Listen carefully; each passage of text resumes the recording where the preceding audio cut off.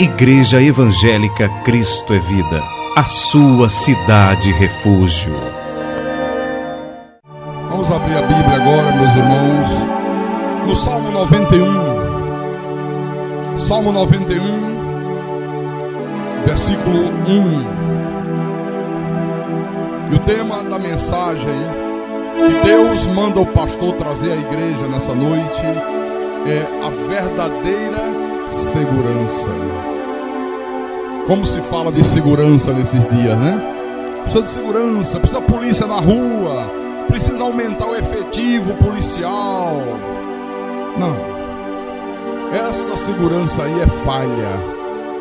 Por mais que se ponha polícia na rua, ainda assim você não terá segurança. Às vezes no meio daqueles que deviam dar segurança está o perigo. Às vezes está o bandido de farda, né? Então o perigo já está ali. A verdadeira segurança é Deus. É sobre isso que nós vamos começar a falar hoje. Encontraram? Então eu vou ler o texto sagrado que diz: o que habita no esconderijo do Altíssimo e descansa à sombra do Onipotente, diz ao Senhor: meu refúgio e meu baluarte, Deus meu, em quem confio. Vamos orar ao nosso Deus agora, em nome de Jesus Cristo.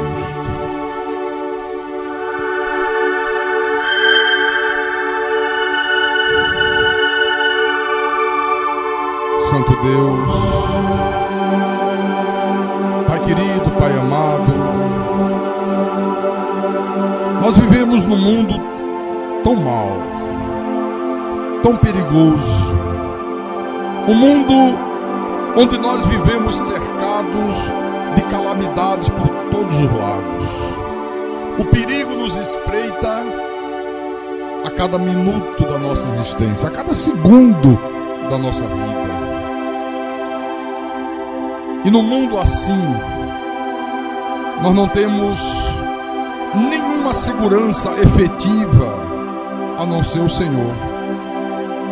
Quando nós fazemos do Senhor a nossa segurança, quando nós habitamos no esconderijo do Deus onipotente, quando descansamos à sombra do teu poder, da tua verdade, das tuas promessas, aí nós temos uma segurança que nenhum mal neste mundo pode furar.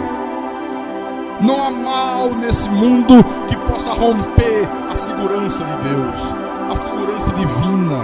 Não há violência, não há enfermidade, não há homens perversos e maus, não há diabo, não há inferno. Nada pode romper a segurança que vem de Deus. Ah, Jesus. E nós queremos nessa noite entender isso, porque isso é de vital importância para a vida de cada um de nós. Nós precisamos da tua segurança. Nós vivemos dias maus, vivemos dias difíceis. Precisamos estar seguros em ti, meu Deus. Então fala-nos nessa noite. Fala ao teu povo, fala à tua igreja, fala aos teus escolhidos, fala àqueles, Senhor, que a despeito da chuva vieram ao teu santuário, aqueles que levam a sério a vida espiritual, aqueles que não brincam de igreja, não brincam de religião, aqueles que não fazem da igreja um clube de lazer, onde a pessoa vai quando quer e tem vontade, mas aqueles que fazem do teu santuário um lugar de encontro, de culto, louvor e adoração a Deus. Usa-me como teu pastor, usa-me como teu servo, usa-me como anjo desse ministério e fala através de mim. Fala, Jesus. Capacita-me, Senhor. Põe palavras na minha boca, põe inspiração para que eu possa explanar a tua palavra com verdade, e para que o teu nome venha a ser glorificado, para que o teu nome venha a ser exaltado, para que o teu nome, Senhor, venha a ser bendito, e o teu povo cresça graça e no conhecimento de Jesus. Eu te peço em nome do Senhor, e que todos aqueles que creem digam amém, amém e amém. Diga graças a Deus. Então, meus irmãos amados, minhas irmãs em Cristo, você sabe que este Salmo 91 é um dos salmos mais conhecidos, é um dos salmos mais badalados, é um dos salmos mais lidos pelo chamado mundo espiritual cristão, pelo chamado mundo espiritual evangélico. Olha, é realmente impressionante o ibope que esse salmo aqui tem. É impressionante. Mas por outro lado, mesmo ele sendo o salmo mais lido, o salmo mais badalado, mesmo ele sendo o salmo mais conhecido, ele é também o salmo menos compreendido pelo povo de Deus. É terrível isso aqui, não é? Por quê?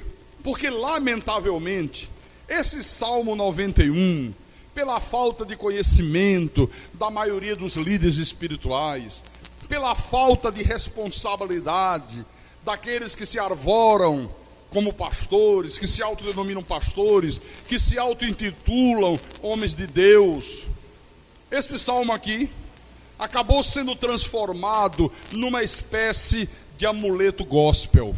Foi isso que fizeram com esse salmo. Uma espécie de patuário evangélico.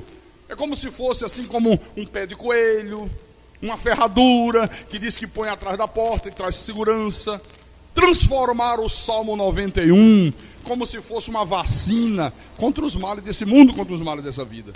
É por isso que esse Salmo 91 tornou-se, na maioria das casas, uma peça decorativa. É a coisa mais comum, é você entrar numa residência, encontrar uma Bíblia aberta na estante da sala, no Salmo 91. Às vezes a página central da Bíblia chega a estar amarelada de tanta poeira, de tanto tempo que a Bíblia está aberta naquele salmo. Porque disseram assim, não, deixa a Bíblia aberta no Salmo 91, que traz proteção.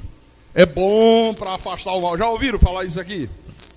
Ou então, depois que a pessoa arruma o quarto, depois que ela troca os lençóis da cama, o Salmo 91 passa a ser parte desse enxoval de lençóis. Coloca-se a Bíblia aberta em cima da cama no Salmo 91. Às vezes você chega no quarto de uma pessoa, está lá a cama toda arrumada, o quarto todo decorado e a Bíblia aberta no Salmo 91 em cima da cama. E por que isso, hein? Sabe por que tudo isso tem acontecido? Porque foi se criando na mente do povo essa ideia de que o Salmo 91 é uma espécie de uma vacina, é uma espécie de um antídoto contra o mal olhado, contra a inveja, contra um trabalho de macumba. Olha, bota lá no Salmo 91, deixa aberto, que protege do mal olhado. Se alguém chegar na tua casa e botar um olho gordo em cima de você, se a Bíblia estiver aberta no Salmo 91, olha, você vai ficar protegido contra o olho gordo. Se alguém fizer um trabalho de macumba, o Salmo 91 vai te proteger. Então a verdade, irmãos, é que o Salmo 91, ele é visto como uma espécie de, como é que chama? Um talismã protetor, né? Um talismã protetor contra tudo quanto é males desse mundo. É dessa maneira que esse salmo aqui tem visto. Aí, o que acontece? Esse salmo maravilhoso, esse salmo extraordinário, que contém ensinamentos profundos, que contém ensinamentos vitais para a nossa vida, para o nosso dia a dia, ele passa a ser usado como mais um componente das crendices, das superstições que hoje assola o mundo espiritual, principalmente aqui no Brasil. Porque o mundo espiritual, evangélico, cristão, hoje está todo ele contaminado por crendices e superstições. E o Salmo 91 passou a fazer parte desse acervo, né, de crendices populares, de superstições. Então é muito triste.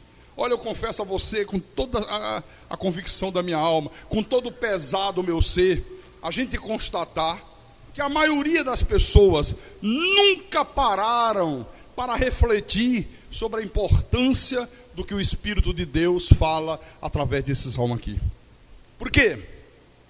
Quando Deus usou o salmista para escrever esse salmo, você percebe aí que Deus, ele começa a dar uma ênfase muito grande sobre os perigos da vida naquele tempo. Como é perigoso viver nesse mundo naquela época. Pode observar a ênfase que ele dá. Aí eu digo assim, ora, se naquele tempo os perigos da vida já eram tão terríveis, o que dizer dos perigos da vida hoje, hein? E hoje? Se já era importante naquele tempo, e hoje? Você liga a televisão, você lê uma revista, você abre um jornal, estão aí no mundo todo os ataques terroristas, a violência do trânsito terrível, a violência urbana, mata-se gente em cada rua, em cada esquina. As doenças, que cada dia que surge, vão surgindo doenças novas, enfermidades novas. Cada dia aparece uma novidade no campo das doenças. Então, a verdade, meus irmãos, é que talvez hoje nós vivamos uma situação muito mais perigosa do que a que era vivida nos tempos do salmista aqui. Essa que é a grande verdade.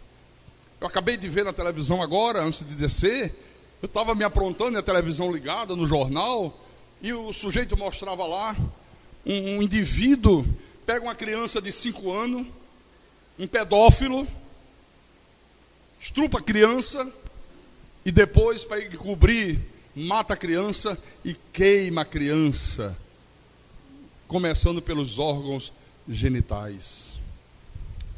O problema é que as pessoas têm a mania de achar que essas coisas só acontecem com os outros. Ah, foi lá, não foi com fulano, não foi lá não sei aonde, esquecendo-se de que pode acontecer amanhã com seu filho. Se você não tiver a proteção de Deus, se você não estiver debaixo desta proteção divina aqui, então o mundo é mau, os dias são terríveis. Por favor, abra de novo aí no Salmo 91. Vamos ler outra vez do versículo 1, vamos ler agora até o versículo 4. Então o Espírito de Deus inspira o salmista e fala: o que habita no esconderijo do Altíssimo e descansa à sombra do Onipotente, diz ao Senhor, meu refúgio e meu baluarte, Deus meu, em quem confio, pois ele te livrará do laço do passarinheiro e da peste perniciosa, cobrir-te-á com as suas penas, e sob suas asas estarás seguro, a sua verdade é pavês e escudo. Olha só, o que habita no esconderijo do Altíssimo e descansa à sombra do Onipotente, diz o quê? O que ele diz? O que ele confessa? Meu refúgio e meu baluarte. Deus meu, em quem eu confio. Ele confessa a sua confiança em Deus. Ele confessa que Deus é o seu refúgio, é o seu porto seguro. Eu vejo as pessoas falando isso, mas apenas mecanicamente. Na hora de provar que confia em Deus, é um Deus nos acuda. Não é falar isso aqui, mas falar de verdade. Sabe aquela coisa que sai de dentro, e as tuas atitudes provam que você confia verdadeiramente nele. É o viver uma fé genuína, é você depositar a tua fé em Deus, é depositar a tua fé na palavra, naquilo que está escrito, nas promessas divinas. Não é colocar a fé em coisas, não é colocar a fé em objetos, não é colocar a fé em corrente de libertação, em fogueira santa de falsos pastores, de falsas igrejas, não é colocar a fé numa romaria feita ao túmulo do Padre Cícero, ou lá a Francisco de Assis, não sei das quantas. Não é colocar a fé num sal grosso, não é colocar a fé num galho de arruda, numa rosa que um picareta espiritual diz que está ungida, não é colocar a fé numa imagem de gesso, de ferro, de ouro ou de prata. Não, é colocar a fé em Deus, é você colocar a fé na palavra, é você dizer, está escrito e eu creio, eu acredito na palavra de Deus. A palavra de Deus não volta vazia. Amém, irmãos? Aí eu pergunto, qual é a promessa da Bíblia para aqueles que realmente confiam em Deus? Qual é a promessa? Está aqui, ó. Pois Ele, Deus, te livrará do laço do passarinheiro e da peste perniciosa. O que significa o laço do passarinheiro? Você sabe o que é? São os perigos criados pelos próprios homens. São os perigos que os próprios homens criam. Quantos males que você vê aí as pessoas intentarem uma contra as outras. Só que quando nós vivemos uma fé genuína, quando nós vivemos uma vida espiritual saudável, uma vida espiritual verdadeira, não fingida, porque muita gente finge viver vida espiritual. Tem muita gente que finge viver uma vida espiritual. Só finge, porque na verdade não vive. Diz que crê em Deus, na verdade não crê. Ah, Deus transformou meu marido. Bonito, né? Aí daqui a pouco você sabe que a mulher só falta arrancar os cabelos com o ciúme do marido. Mas por quê? Não, porque no passado ele era mulherengo.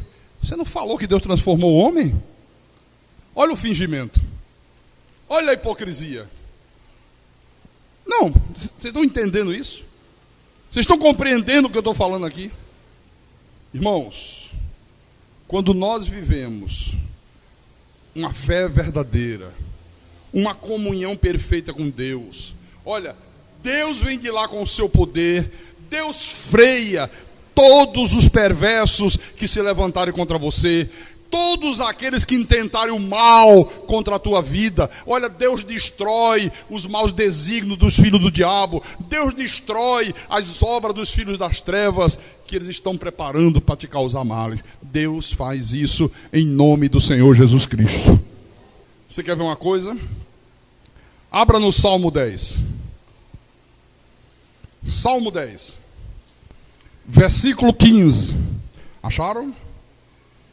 Olha o que diz aqui o salmista.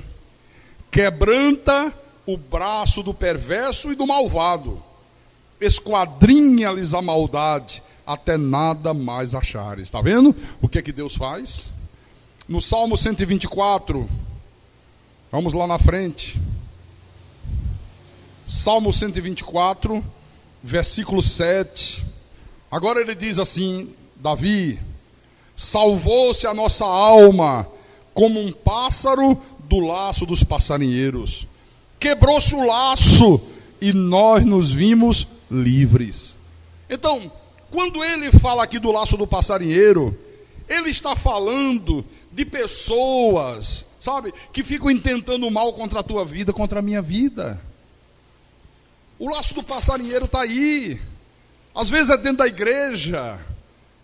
Às vezes são pessoas que convivem na nossa intimidade. Às vezes gente que come da nossa comida, que bebe da nossa água, que senta na nossa mesa, que frequenta a nossa casa. Gente que se finge de amigo, gente que se finge de irmão na fé, mas que no fundo, muitas das vezes, são pessoas raivosas, são pessoas invejosas, são pessoas que estão desejando o teu mal. É como aquela cobra cascavel que se enrosca e fica assim com a cabecinha, só esperando a chance de dar o bote. Você já teve experiência de lidar com gente assim? Gente diz, eu nunca esperava que fulano fizesse isso comigo. Olha, mas eu jamais ia imaginar que fulano me tratasse dessa maneira. Isso aqui, ó. Tem um título de um filme que fez muito sucesso no Brasil e que ilustra muito bem isso aqui, que é Dormindo com o Inimigo. Dormindo com o Inimigo. Você vê aí a violência contra a mulher, hoje é uma coisa avassaladora. A pedofilia, que muitas das vezes começa dentro da própria casa. Às vezes o pedófilo é um parente, é um tio, é um sobrinho, é um padrasto. Isso é cruel. A violência contra o idoso. Coisas absurdas. Alguns meses atrás, nós fomos a Recife, e aí fomos visitar a pediatra dos nossos filhos, doutora Alda, uma médica excepcional. Desde que meus filhos nasceram, desde que eles chegaram em Recife, ainda criancinha, que ela se tornou a pediatra deles. Uma médica fantástica, extraordinária. E nós temos uma amizade muito grande. E aí fomos fazer uma visita, ligamos para ela. Ela disse, venham para cá, eu quero ver os meninos, hein? Homem de quase 2 metros de altura. Você vai ver o menino, 2 metros de altura. Mas fomos. E ficamos lá, conversamos bastante. Em determinado momento ela disse assim, minha esposa disse assim, e o seu marido? Ele também médico, diretor de um dos melhores hospitais de Pernambuco. E ela disse, Sandreli, separamos. O quê? Vocês se separaram? Mas vocês formavam o casal perfeito? O que houve? E ela começou a chorar. As lágrimas caíam 4 a 4. O rosto ficou encharcado de lágrimas. E ela disse, Sandreli, pastor Carlos Magno, o meu marido me traiu. O meu marido me trocou por outra. E eu disse, não, mas não chore não. Sabe, Deus tem coisa melhor. Não, mas o pior não é isso. O pior é o senhor saber quem era a outra. Quem era a outra? Ela disse, a minha irmã. A própria irmã. Ela disse, olha, a minha irmã tramou tudo. A minha irmã chegava para mim e falava dele. Olha, esse homem não presta. Olha, ele fala isso de você. Quando eu dava as costas que ele chegava, ela virava para ele. A tua mulher mete o pau em você, diz que você é isso, que você é aquilo. E ficava jogando um contra o outro, destruindo o casamento. Até que destruiu. E pasmem. Foi e se casou numa igreja com o marido da irmã. Contra tudo e contra todos. Isso é o quê? O laço do passarinheiro. Aí diante dessas coisas terríveis, você começa a ver as pessoas, né, começarem a fazer questionamento, mas como é que pode o braço que devia zelar, destruir? Como é que é possível aquele braço que devia proteger, de repente vai lá e mata? Como é que pode o braço que deveria abraçar, vai e afasta para longe? Quantas vezes a gente ouve esses questionamentos? E quando as pessoas são atingidas por essas coisas, elas entram em desespero. Uma pessoa que não tem Deus, uma pessoa que não tem uma comunhão com Deus, ela fica desesperada. O poeta paraibano Augusto dos Anjos, já em 1914, olha que já faz tempo, ele já dizia assim, a mão que afaga é a mesma que apedreja. Em 1914, Augusto dos Anjos dizia, infelizmente, nós temos visto que isso é uma realidade, hoje, na vida de muita gente, pessoal. A mesma mão que afaga é a que mata. A mesma mão que afaga é a que apedreja. Isso é muito ruim, isso é muito terrível, porque essas coisas, meus irmãos, olha, causam cicatrizes no corpo, causam cicatrizes na alma, causam feridas no corpo, causam feridas no espírito, vão causando traumas que não tem tempo que apague. Pode passar toda a eternidade, não apaga mais nunca.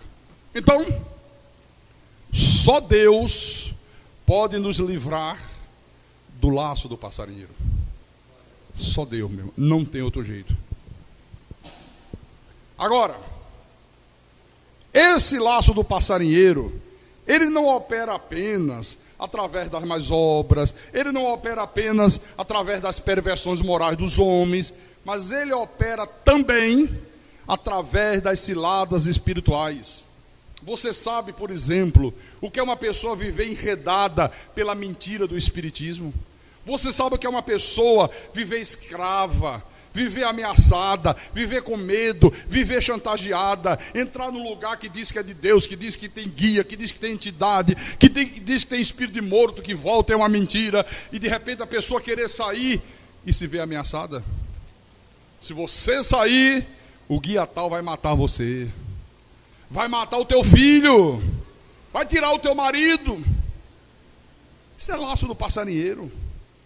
Ou então a pessoa viver escrava desse sistema de correntes, de fogueira santa, esse sistema religioso diabólico, de fanatismo, que rouba a alegria de viver, que proíbe as pessoas de serem felizes, que proíbe a pessoa de se cuidar, proíbe a mulher de ir num cabeleireiro, proíbe a mocinha de cuidar da sua aparência, e você vê moças jovens como verdadeiras velhas, que proíbe a pessoa de ir a uma praia, que proíbe a pessoa de assistir um bom filme. Isso é cruel. Então, meus irmãos, quando você ouve a verdade da palavra de Deus, quando você abraça essa verdade aqui, quando você vira as costas para a mentira, quando você se rende totalmente a Deus, Ele te livra do laço do passarinheiro. Diga glórias a Deus. Fala para o teu irmão, Ele te livra do laço do passarinheiro. Olha, se não tiver essa proteção de Deus, a qualquer hora o laço do passarinheiro pode te pegar.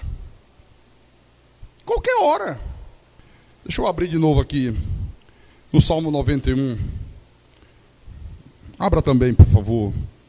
Vamos ler o versículo 3, que diz assim: pois Ele te livrará do laço do passarinheiro e da peste perniciosa. No texto hebraico original, esta expressão aqui, peste perniciosa, ela é literalmente, Ele te livrará da pestilência das calamidades. Isso aqui abrange o que, pastor? As calamidades da natureza, enchentes, furacões, seca que mata, frio que mata, terremotos, são a pestilência das calamidades. Mas isso aqui também engloba aqueles perigos circunstanciais que cercam a todos nós no dia a dia da vida. Isso aqui também engloba as doenças, as enfermidades. Olha, no passado, a humanidade já assistiu coisas terríveis, doenças contagiosas que atingiram sociedades inteiras. Eu não sei se alguém aqui lembra de uma pandemia chamada gripe espanhola, muito conhecida como a peste negra, não é? Olha, a gripe espanhola, oficialmente, se diz que ela matou mais de 40 milhões de pessoas no mundo. 40 milhões de pessoas. Só que no Brasil foram 300 mil mortos. Mas extraoficialmente se diz que o número passou de 100 milhões de pessoas. Viu? Mas sempre se encobre um pouquinho, né? Diminui um pouquinho. Olha, isso já aconteceu no mundo, irmãos. Nós temos hoje aí a gripe aviária. Quem não lembra do ebola, lembra aquele vírus que apareceu na África? A pessoa era contrair o vírus, em questão de 3 horas, começava a ter hemorragia pelo corpo inteiro, o sangue se esvaía, nada conseguia deter e a pessoa morria. Está aí a AIDS, o HIV, está aí por último agora a gripe suína, assustando meio mundo, todo mundo. E as pessoas pensam que já acabou o problema. Não acabou. A Organização Mundial de Saúde acabou de decretar semana passada que já se tornou uma pandemia. Já está presente em todos os países do mundo. Olha, cada dia aumenta no Brasil o número de pessoas infectadas. Isso é um perigo terrível. Terrível.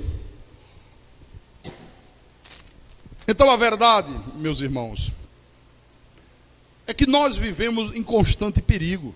O perigo nos cerca, a mim, cerca você. Ele está aí. Até no ar que você respira. Você está respirando agora o ar, o perigo está no ar. Se tiver uma pessoa aqui contaminada por uma gripe dessa aí, olha, você pode sair daqui contaminado. Só em respirar o ar. Então, o salmista aqui está falando dos perigos biológicos. Ele está falando das enfermidades que vêm através do mundo dos micro-organismos, dos germes, das bactérias, que vai matando a pessoa silenciosamente, que vai matando a pessoa pouco a pouco. Olha, a ciência médica diz que só o fato de nós andarmos e respirarmos, já nos torna vulneráveis a pelo menos 1.500 tipos de enfermidades. Só o fato de você andar e respirar, você já está vulnerável a mais de 1.500 tipos de enfermidade. Olha que coisa. Irmãos, contra essas coisas, nós não temos nenhum meio de defesa que seja 100% seguro. Não tem. Não tem. Eu costumo dizer que eu acho mais perigoso um mosquito do que um leão. Pastor, pera lá. Mais perigoso um mosquito do que um leão? É verdade. Sabe por quê? Se alguém disser para você assim: eita, tem um leão solto aqui no bairro, o que é que você faz? Você tranca as portas de casa e acabou o problema. Deixa ele para lá, ué. Não sai de casa. Mas se alguém disser para você: olha, tem um mosquito aí que voa, que se picar mata. Pode fechar a porta, pode botar cadeado, pode mandar a irmã Noé soldar uma chapa de aço de meio centímetro de espessura, de 1 milímetro, sei lá, 1 centímetro de espessura. Vai ter sempre uma brechinha por onde o mosquito entra. Não tem jeito. Não tem... É verdade, é ou não é, irmão? Então é mais perigoso que o leão. É muito mais perigoso. E isso até nos faz lembrar uma coisa muito importante. Já que eu falei de mosquito e leão, e que o mosquito é muito mais perigoso do que o leão, isso faz a gente atentar para os perigos, sabe, das pequenas infrações, o perigo das pequenas transgressões, que às vezes as pessoas praticam, mas elas querem sempre minimizar aquilo, porque aos olhos dela, são coisas simples, são coisas banais.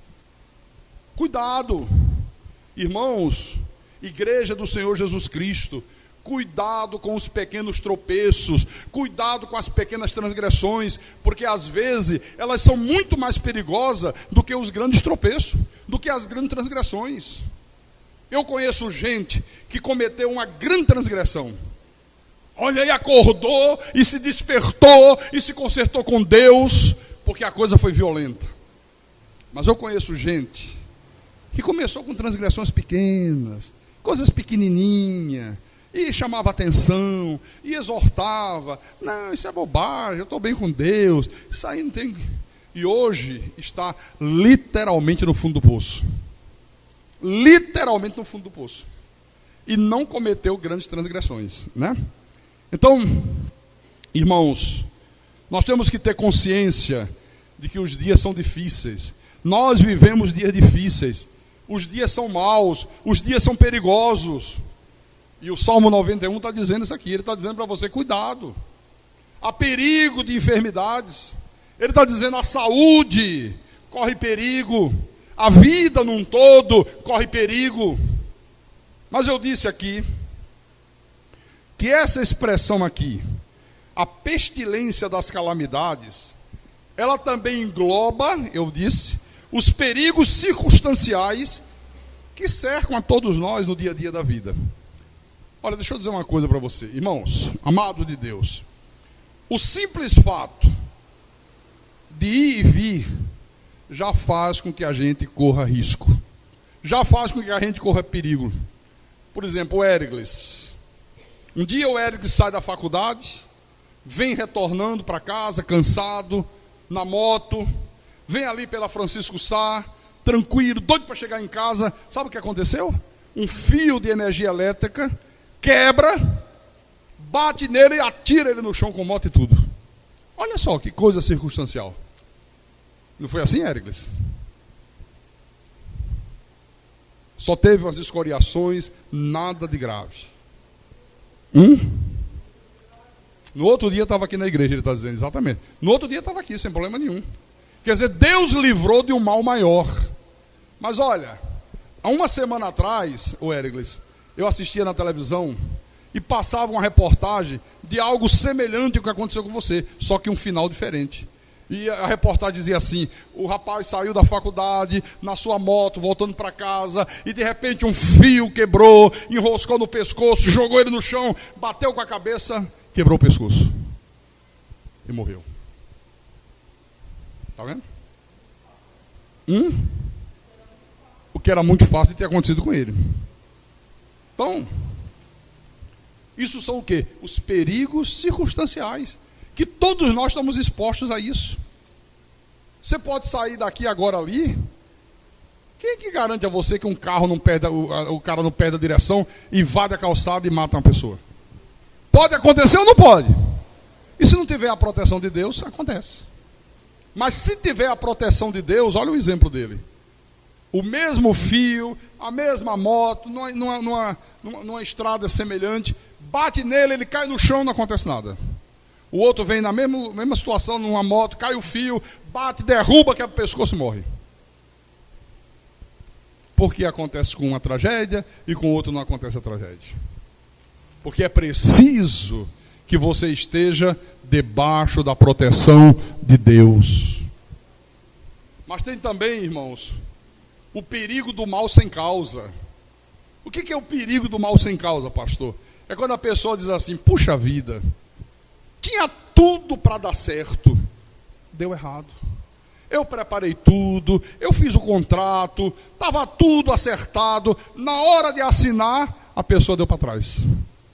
Puxa vida, eu fiz uma entrevista, eu fui escolhido, o homem lá disse: você ganhou a vaga, você vai assumir a vaga, você vai trabalhar conosco, acertou salário, acertou tudo. De repente, no dia de eu ir me apresentar, o telefone toca e ele diz: olha, desculpa, mas a empresa resolveu não admitir mais ninguém agora. Você vai esperar uma nova oportunidade. É o perigo do mal sem causa. E quando isso acontece, olha, as pessoas ficam em parafuso. As pessoas se sentem feridas. As pessoas se sentem, sabe, completamente destroçadas. Por isso que você vê às vezes as pessoas desabafando quando isso acontece, diz assim: puxa vida, eu não merecia isso. O que eu fiz para merecer uma desgraça dessa? Já ouviu pessoas dizerem isso? O que eu fiz? O que eu fiz para merecer isso? Então, a dura realidade, irmãos, é que todos nós, todos sem exceção, enfrentamos perigos potenciais todos os dias da nossa vida. Todos, eu enfrento, você enfrenta. Olha, e para nós termos uma proteção eficaz contra todos esses males que a vida nos proporciona, só se nós estivermos habitando no esconderijo do Altíssimo e descansando à sombra do Onipotente. Não tem outro jeito. Não tem outra forma, não adianta. Não tem. Deixa eu ver aqui. O versículo 4. O versículo 4 diz assim: cobrir-te-á com as suas penas, e sob suas asas estarás seguro. A sua verdade é pavês e escudo. Por que ele fala sobre suas asas estarás seguro? Você já percebeu aqui que ele apresenta uma figura de uma ave, né, protegendo os seus filhotinhos debaixo das asas. A galinha faz isso. O problema é que quando uma ave mãe, por exemplo, a galinha nasceu os pintinhos, aí ela olha e vê a raposa se aproximando do galinheiro, ela corre, pega os pintinhos e coloca debaixo das asas, protege. Só que a raposa, ela pode perfeitamente romper, né, essas asas de proteção da galinha, da ave mãe, pode. Mas quando nós estamos debaixo das asas protetoras de Deus, nós estamos verdadeiramente seguros, meu irmão. Verdadeiramente seguro. A ave, a galinha, ela pode oferecer apenas uma proteção parcial aos seus filhotes. Mas olha, quando esse Deus da Bíblia, esse Deus que nós cremos, esse Deus que nós servimos, esse Deus que nós confiamos, abre as suas asas sobre os seus filhos, a proteção é total, meu irmão. A proteção é segura. Deus nos guarda de todos os males desse mundo, em nome do Senhor Jesus Cristo. Deus nos guarda de todos os perigos, e guarda mesmo. Dê glória a Deus.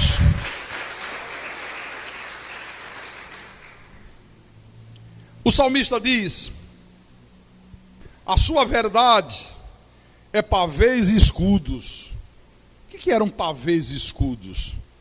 Pavês eram aqueles escudos grandes, imensos, que os soldados pegavam, ficavam embaixo deles, e às vezes você via milhares de soldados, como se fosse um casco de uma tartaruga. Eles colocavam assim em cima e iam. E podia jogar flecha, lança, pedra, e ele segurava. É isso que chama de pavê, né? Escudo era aquela coisa menor que o cara usava, o soldado usava aqui, para se defender da espada, lutar. Então ele está dizendo que os nossos escudos, os nossos pavês, a nossa proteção é o quê? A verdade de Deus. Quando você abraça a verdade, quando você crê na verdade, você tem proteção para todos os perigos da vida. Diga glória a Deus, diga graças a Deus. Então, quando nós estamos verdadeiramente firmados nessa verdade de Deus, quando a nossa fé está direcionada para a palavra, somente para a palavra, não é direcionar a fé para coisa, para objeto, não é direcionar a fé para ensino de falso profeta, para ensino de demônio. Quando a nossa fé está toda ela direcionada para a palavra, olha, irmãos, Deus nos protege completamente. Olha, durante todos os combates da vida, durante todas as lutas da vida, você tem no duro a proteção de Deus. Você tem a proteção de Deus. Agora, uma coisa importante que eu quero que você saiba é que os filhos do diabo, os vasos de desonra, os falsos pastores, as falsas igrejas, eles não querem, de maneira nenhuma, ver você debaixo da proteção de Deus. Não querem. E quando é que eu posso estar debaixo da proteção de Deus? Quando eu abraço a verdade.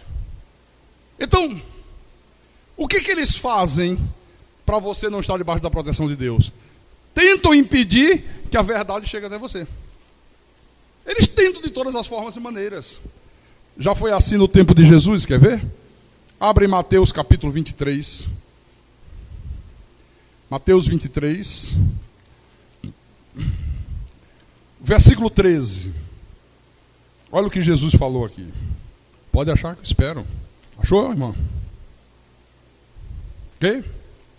Então vamos lá. Ai de vós, escribas e fariseus, hipócritas, porque fechais o reino dos céus diante dos homens, pois vós não entrais, nem deixais entrar os que estão entrando. Olha que coisa, eles não querem a verdade, e ainda fazem tudo para impedir que essa verdade chegue àqueles que querem. A religião da aparência, a religião da hipocrisia, a religião da dissimulação. Leia o versículo 27. Ai de vós, escribas e fariseus, hipócritas, porque sois semelhantes aos sepulcros caiados, que por fora se mostram belos, mas interiormente estão cheios de ossos de mortos e de toda imundícia. Versículo 28. Assim também vós, exteriormente, pareceis justo aos homens, mas por dentro estáis cheios de hipocrisia e de iniquidade. Terrível, né? Versículo 33. Serpentes, raças de víboras, como escapareis da condenação do inferno? Olha como Jesus era duro com essa gente. Versículo 37. Aí ele diz assim: Jerusalém, Jerusalém, que matas os profetas e apedrejas os que te foram enviados. Quantas vezes quis eu reunir os teus filhos, como a galinha ajunta os seus pintinhos debaixo das asas, e vós não o quiseste. Olha, vós quem?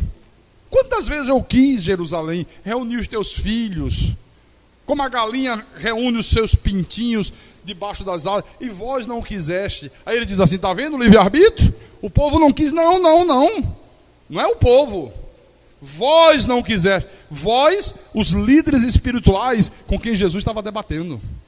A quem Jesus chamava de hipócritas, raças de víbora, serpente. Quantas vezes eu quis fazer isso? Quantas vezes eu quis proteger o povo, mas vocês nunca quiseram o povo debaixo da proteção de Deus. Vocês que queriam o povo debaixo da falsa proteção que vocês oferecem para eles.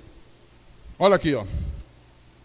Matavam os profetas, açoitavam, crucificavam. Leia o versículo 34. Vamos ler o 34 e o 35. Por isso, eis que eu vos envio profetas, sábios e escribas. A uns matareis e crucificareis, a outros açoitareis nas vossas sinagogas e perseguireis de cidade em cidade, para que sobre vós recaia todo o sangue justo derramado sobre a terra, desde o sangue do justo Abel até o sangue de Zacarias, filho de Baraquias, a quem mataste entre o santuário e o altar. Eu pergunto, quando é, meus irmãos, que nós estamos debaixo das asas protetoras de Deus? Quando é que isso acontece, hein? Olha, é quando nós somos guiados por Ele. Nós estamos debaixo das asas protetoras de Deus, quando nós fazemos a vontade de Deus, quando nós abraçamos a verdade. Agora presta atenção aí. Acorda quem está dormindo. Igreja não é lugar para dormir. Dormir em casa, que tem uma cama gostosa, confortável, um travesseiro macio. Dormir num banco duro desse, cara, Deus que me livre.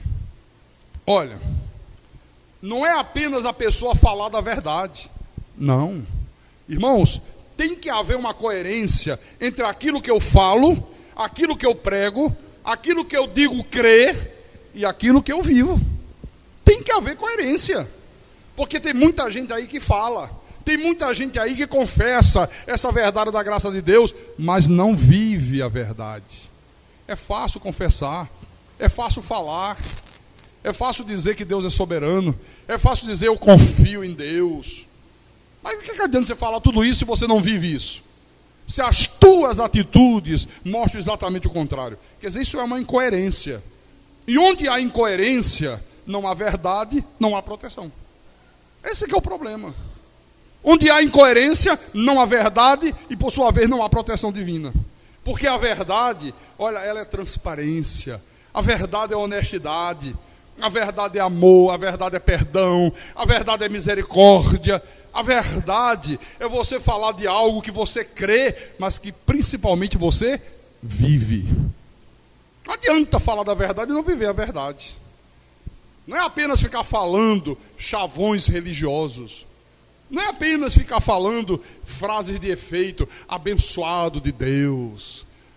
Deus está no controle. Olha, pense numa coisa que hoje eu tenho tido um abuso disso. Sabe por quê? Não é um abuso dessa verdade. Da maneira irresponsável como muitos têm usado essa verdade. A pessoa está errada, a pessoa está procedendo contrário à palavra, aí você diz, irmão, não é assim. Irmão não age dessa maneira, irmão, irmã. A pessoa diz, não, pastor, tudo bem, Deus está no controle. Não, Deus está no controle, deixa comigo. Deus está no controle, sabe? Como se dissesse, está tudo certo. Deixa que eu e Deus Deus nos entendemos. Como eu vejo as pessoas dizerem isso, ao invés da pessoa dizer a verdade, estou errado. Deixa eu me consertar, deixa eu dar minha mão à palmatória. Assim, não, pastor, tudo bem, Deus está no controle. Deus está no controle. Irmão, você não pode faltar culto, irmão. Você não tem cansado de ouvir Deus falar nessa igreja? Tem. E por que você falta? Deus está no controle. Ai, que coisa que me dá nojo. Dá vontade de eu correr para o banheiro e vomitar. Deus está no controle, Deus está no controle. E eu quero terminar com um exemplo bíblico dessa proteção divina. Em 2 de Reis, capítulo 6, versículo 8 em diante.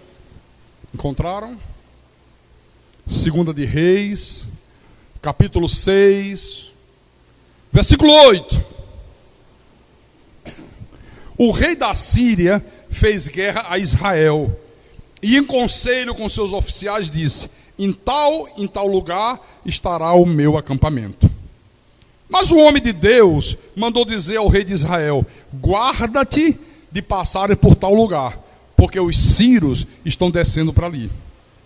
O rei de Israel enviou tropas ao lugar de que o homem de Deus lhe falara e de que o tinha avisado, e assim se salvou. Não uma, nem duas vezes, quer dizer, várias vezes. Então, tendo-se turbado com este incidente, o coração do rei da Síria, chamou ele os seus servos e lhe disse: vocês não me farão saber quem dos nossos é pelo rei de Israel? Olha o que aconteceu. Declarou guerra a Israel. Aí chamava os seus conselheiros e dizia: olha, vamos armar uma emboscada em tal lugar. Vamos preparar para quando eles vierem, vamos pegar o exército deles de surpresa e a gente mata todo mundo. Aí o profeta Eliseu, por uma revelação de Deus, sabia o que o outro estava tramando e avisava ao rei de Israel: olha, Deus está me dizendo para você não ir por tal e tal lugar, porque lá estará o exército do rei da Síria. E aí ele se precavia e não ia. Aí quando o rei da Síria começou a ver isso: espera aí, tem alguma coisa errada aí. Chama os seus servos e diz: vem cá, eu quero saber quem é que está atraindo a gente. Eu quero saber quem de vocês está passando informações para o rei de Israel, que ele sabe tudo que eu vou fazer. Aí no versículo 12, respondeu um dos seus servos: ninguém, ó rei meu senhor, mas o profeta Eliseu, que está em Israel, faz saber ao rei de Israel as palavras que falas na tua câmara de dormir. Como é que é a história? Tem um profeta lá que Deus faz ele saber até o que você fala dentro do teu quarto em segredo, até aquilo que você fala com o teu travesseiro, e ele vai e avisa o rei de Israel. Aí o rei da Síria disse: tá bom, vão lá, vejam onde está esse profeta, para que eu mande prendê-lo, para que eu mande matá-lo. Foi-lhe dito: eis que ele está em Dotã. Então o rei da Síria enviou para lá cavalos, carros e fortes tropas. Precisava tanto para um profeta? Precisava fortes tropas. Olha o estrago que um homem de Deus pode fazer, viu? Contra um profeta. Chegaram de noite e cercaram a cidade. Tendo se levantado muito cedo o moço do homem de Deus e saído, eis que tropas, cavalos e carros haviam cercado a cidade. Então o seu moço lhe disse: ai meu senhor, que faremos? O servo o servo do profeta Eliseu, quando olhou e viu a cidade cercada, disse: meu senhor, o que é que vamos fazer? Olha, tem um exército grandioso aí. O exército do rei da Síria cercou a cidade. Estamos fritos, estamos perdidos. O profeta Eliseu respondeu: é verdade. Agora não tem mais jeito. Agora é sentar no chão, chorar e esperar a morte chegar. Foi isso que ele falou? Não. Esse não tema, garoto. Porque mais são os que estão conosco do que os que estão com ele. E Eliseu orou e disse: Senhor, peço-te que lhe abra os olhos para que veja. Abra os olhos desse meu servo aqui. Ele ainda não está enxergando a verdade espiritual. Ele ainda não entendeu a verdade divina. Ele diz que crê, mas ele não viu ainda a tua glória. Abra os olhos dele. Tem muita gente precisando que Deus abra os olhos. Deus está mostrando coisas boas, Deus está mostrando coisas maravilhosas, Deus está mostrando o caminho da vitória, Deus está mostrando maneiras da pessoa ser abençoada, e a pessoa está enxergando chifre em cabeça de cavalo. Enxergando chifre em cabeça de cavalo. Está aqui, ó. O Senhor abriu os olhos do moço, e ele viu que o monte estava cheio de cavalos e carros de fogo em redor de Eliseu. Aleluia. Olha, irmãos,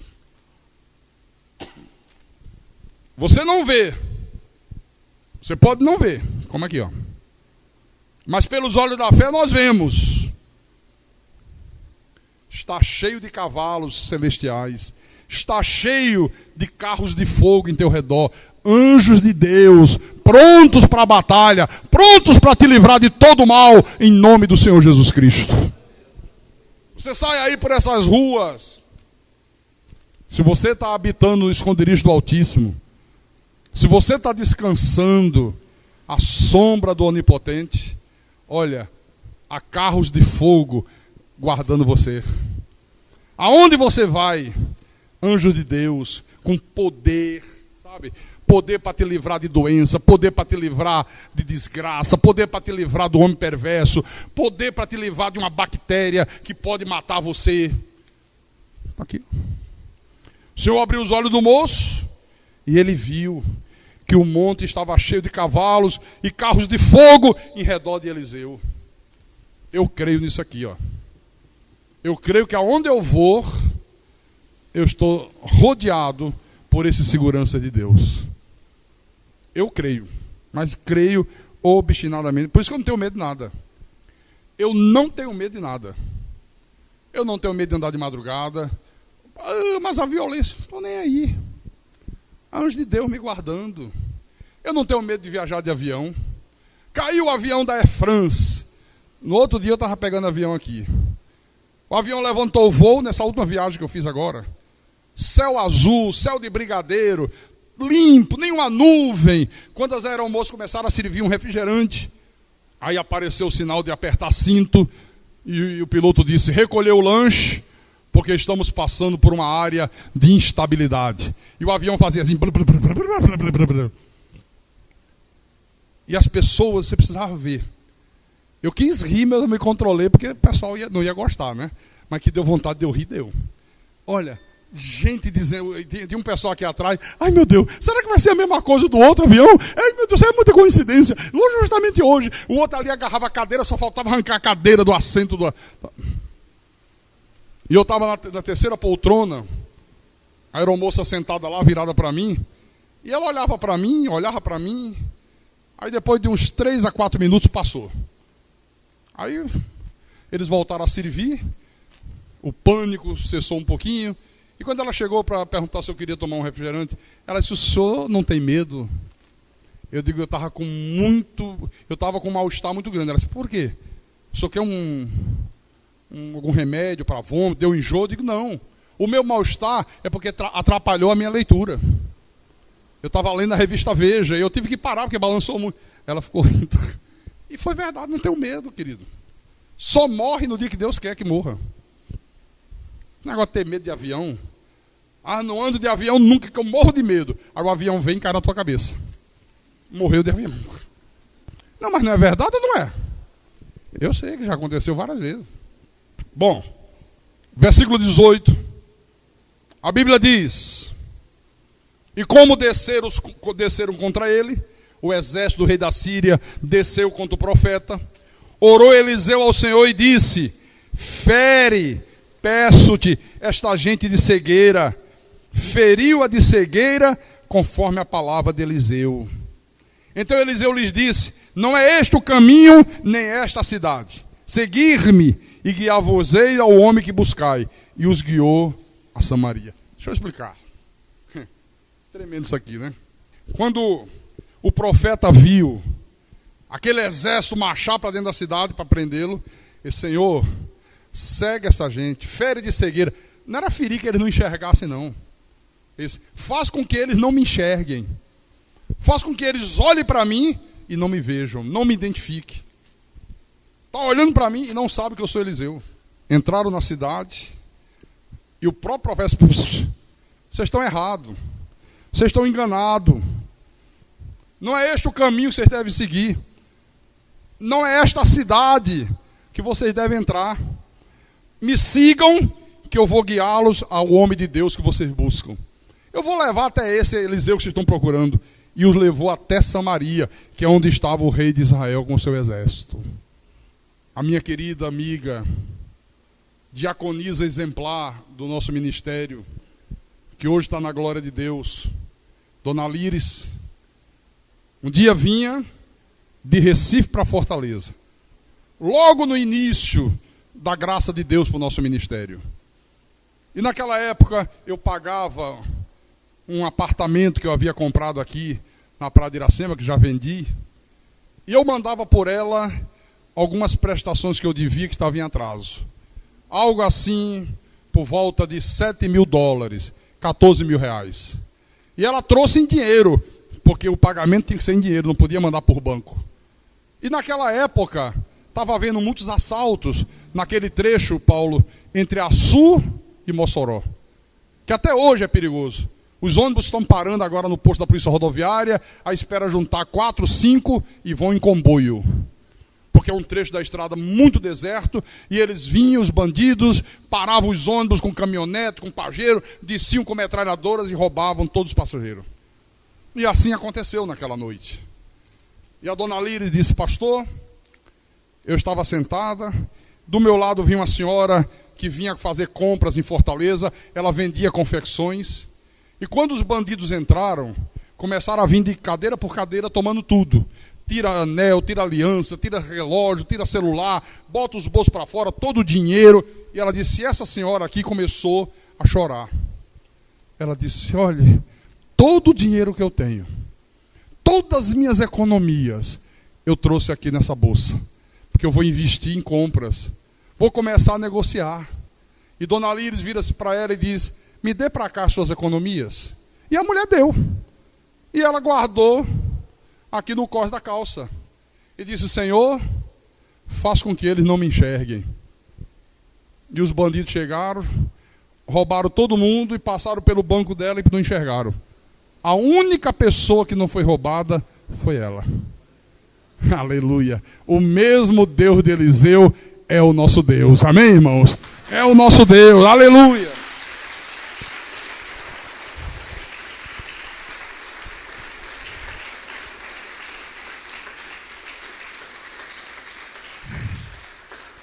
Agora, para você desfrutar disso, você tem que habitar no esconderijo do Altíssimo, descansar à sombra do Onipotente.